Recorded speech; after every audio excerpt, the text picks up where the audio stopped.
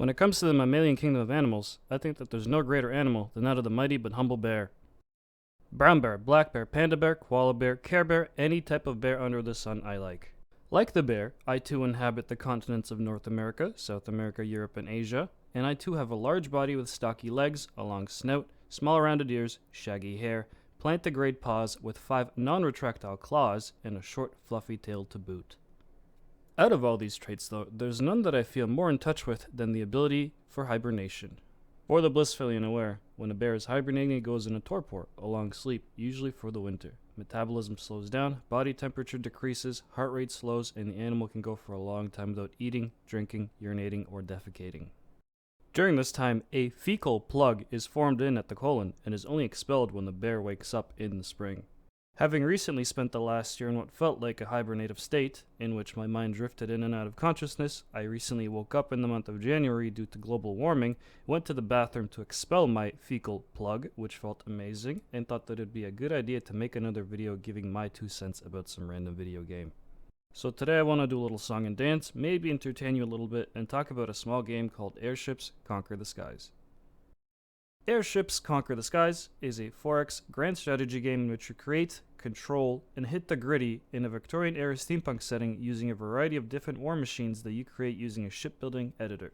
It features a grand map of the world in which you make executive decisions as well as a battle section where you put your created mechanical monstrosities to the test against the other side. The closest similar game that comes to mind right off the bat is Star Sector, and even that doesn't have the type of customizability that Airships has, although it deals with similar themes and similar styles of gameplay and features.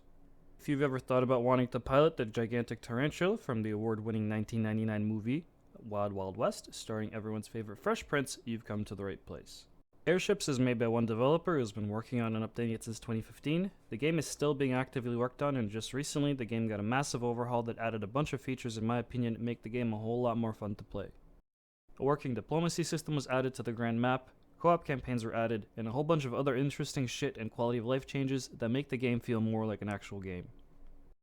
Back when I bought the game, it was very barren and featureless. The main thing it had going for it was making ships and fighting with them. There was no real intricacy on the map, it was just basically a place where you went to go and simulate battles. Honestly, it was one of those games I bought on a whim, but now I find myself still going back to it from time to time. Whenever there's a new update, I re-download the thing, it's got a girth of about 1 gigabyte, and I go to town and make some of the most functionally dysfunctional ships that I can, and then take them to town. To me, the game feels like a total passion project, and it's been interesting to follow along the development as it gets developed from an experimental prototype into an actual enjoyable experience that I would recommend to other people. Right, so first things first, you need to create an empire to play with in this unnamed and procedurally generated world. To do this, you gotta pick the drip. The flag which you pick matters, and picking heraldry gives boost to certain parts of your empire. These bonuses are pretty diverse and pretty powerful. If you're trying to play a certain way, then picking specific heraldry to give you a bonus is a no-brainer and a good way to start your game. So, this is the map of the game, more on that later, but first thing I really want to show you is the editor. Before your ship can fly or your tank can drive, you gotta add a few things to make it work. You can't have a functioning war machine without a crew. The crew needs space to catch a few Z's, so you also need that as well. You also need a space to command your vehicle from. These can range from a simple driver's seat to a full bridge, and the type that you pick does have an impact for when you take it into a fight. The more people that are working on the bridge means that you can give your ship more commands through a shorter period of time. Bigger ships have a lot of moving parts, so they need to have bigger bridges to accommodate. In order to fight, you need to mount weapons, and there's a pretty large selection of these. They can range from a ballista in the early game to some really experimental stuff in the late game as you research more technology. When I first started playing the game, my designs for ships were fucked up in one way or another. I ended up building ships with too many weapons for their own well-being. A design like this can work and it's fine in some situations, but it screws you over in other things that you quickly figure out that you need. Something that I learned is a good ship is one that's very specialized. Yeah, you can build a brick shithouse that's armed to the teeth, but it's going to be very heavy and it's not going to be able to fly high enough to be useful for when the enemy starts dropping Viet Cong from the sky to board it, take it over, and start using it against you. A ship like that might also be so slow that it'll probably get shot down before it can actually see any action when you're in combat. If you're going to make a ship like that, then you need to have other things that protect it in order for it to be able to do damage, and this is where a part of picking the way that you play starts to get interesting. The game is essentially an arms race against you and your opponents. Ships in this game generate lift by something called suspendium. Some of the lore around this stuff makes the game really come into light, and you realize how messed up the place is because of it. This stuff is everywhere. Form naturally as a crystal, fine particulates of the material have managed to find their way into everything. This is both good and bad. The good side is there's floating rocks everywhere, there's animals that have evolved to live with this stuff, like giant turtles and dragons, and of course, airships. The downside of suspendium is that it generates the lift that it does by the crystals inside repelling themselves like the underside of two magnets. While it's not toxic to consume, it is in the air everywhere, and this is bad news for any living thing not adapted to consume it as it builds up in the body. It's like asbestos. Enough suspendium accumulates, it starts to do its thing and repel inside your lungs. Of course, this isn't good, so this causes a huge amount of health issues. You like flying ships? Great. Here's some cancer. Go fuck yourself. On top of that, large quantities of the world are contaminated by too much suspendium, leaving patches of land that are just useless. This makes the patches of land that are left behind and uncontaminated just that much more valuable, and overall it sets up the setting and gives a good reason as to why the world is the way that it is, and it gives context to the game as to why the different nations go to war with each other so often.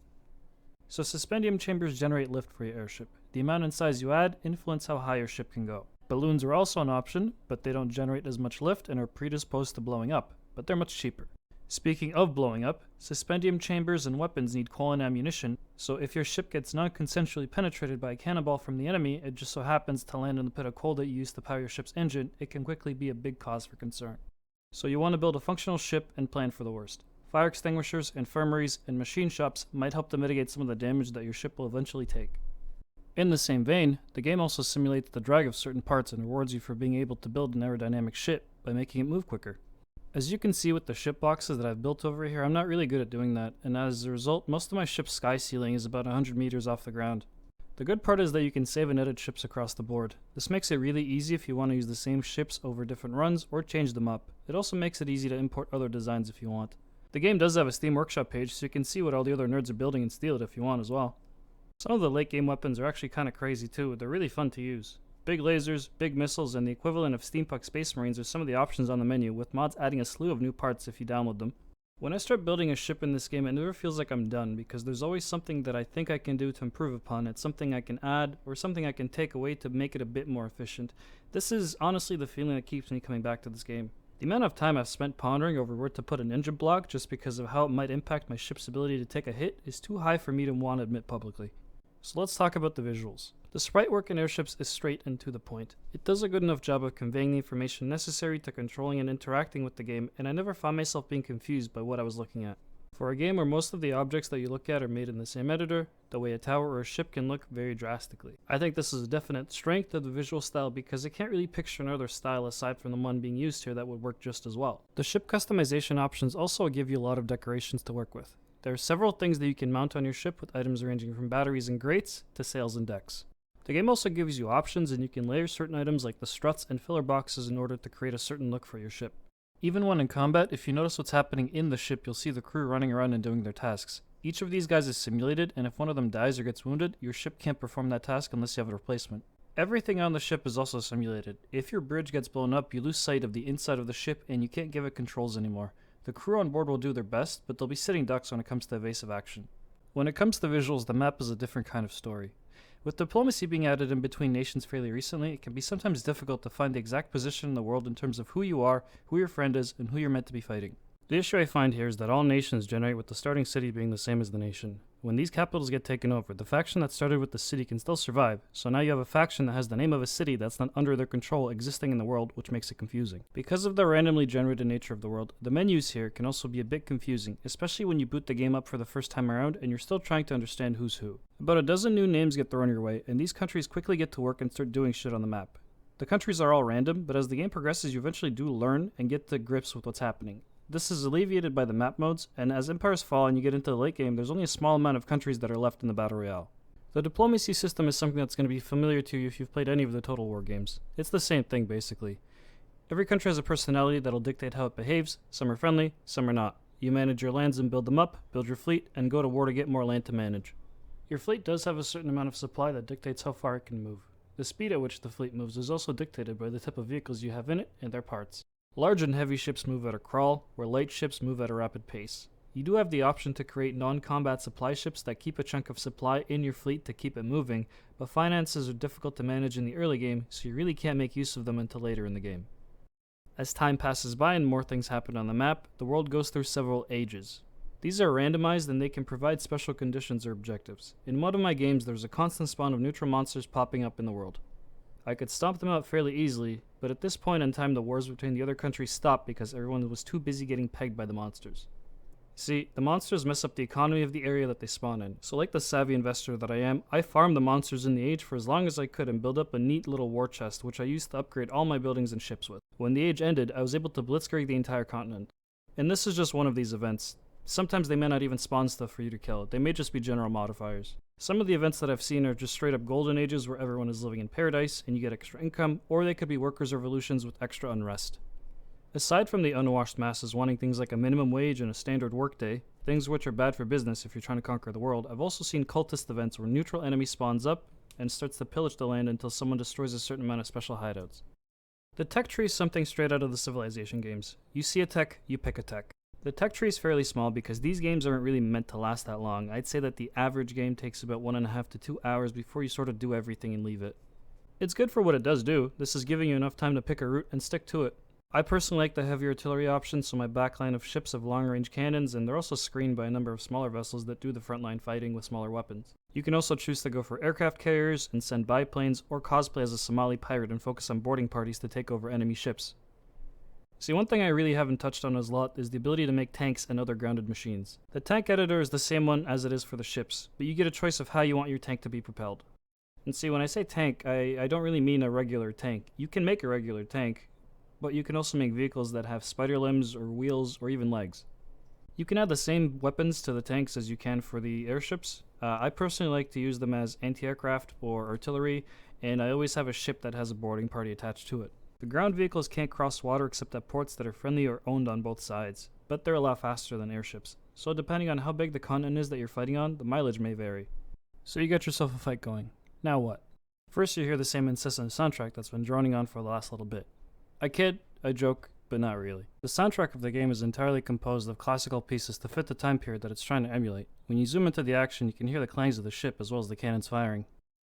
The game does seem to have a limited amount of tracks. Sacrifices had to be made for the game to have the other gameplay features that it does, and it's easy to see that they were made here. I won't lie, I usually get bored of it quickly and I start blasting whatever else in the background. The game sounds themselves also become pretty repetitive. Most of the time you hear a constant barrage of shots which sound pretty much the same. To me, the soundtrack is not the biggest deal, as the game is visually solid enough to where you can see what's happening. So then, how does combat play?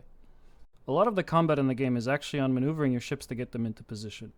You command them and move them, but the way that they fire and what they hit is up to chance, really. Things can happen that are out of your control. Ships can explode if a cannonball hits a critical part, a weapon can misfire and blow up, or your engines could eat a grenade and cause your ship to fall out of the sky. If any of these happen, it doesn't mean that the ship is out of the fight, but depending on where it lands, it may be useless for the rest of it, and you may have to abandon your boat and lose all the money that you've sunk into building it. The damage here is nicely simulated. I've seen larger ships get split in two pieces and still keep on in the fight as much as they can, even making it out and being fully repaired afterwards. The debris that these ships generate when they hit is also deadly for anything else in the vicinity, which makes you really start to think about maneuvering your ships where they can deal the most efficient amount of damage but still not get hit by other members of the fleet if they blow up. With all that said though, the combat at the very end is very feast or famine. When you're fighting against 1 or 2 or 3 ships, it's easy to move and forget. You don't control where or when the ships fire, you just tell them where to go and they do it. It's a pretty chill experience, but oftentimes it takes a bit too long. The play speed buttons on the top makes these battles go by quickly, thankfully, and if the enemy knows that they have no chance, they quickly surrender with no combat. Now, if it's a larger fight where you control an armada against another armada, it gets to be a bit of a shit show. At that point, I thank the developer for adding a pause button with the ability to give commands because this shit turns into a clusterfuck. If you're fighting against a smaller, quickly moving enemy like dragons, it's just bad. You constantly have to move your ships or flip them around, and the AI uses the maneuverability of the smaller ships to constantly attempt to flank you.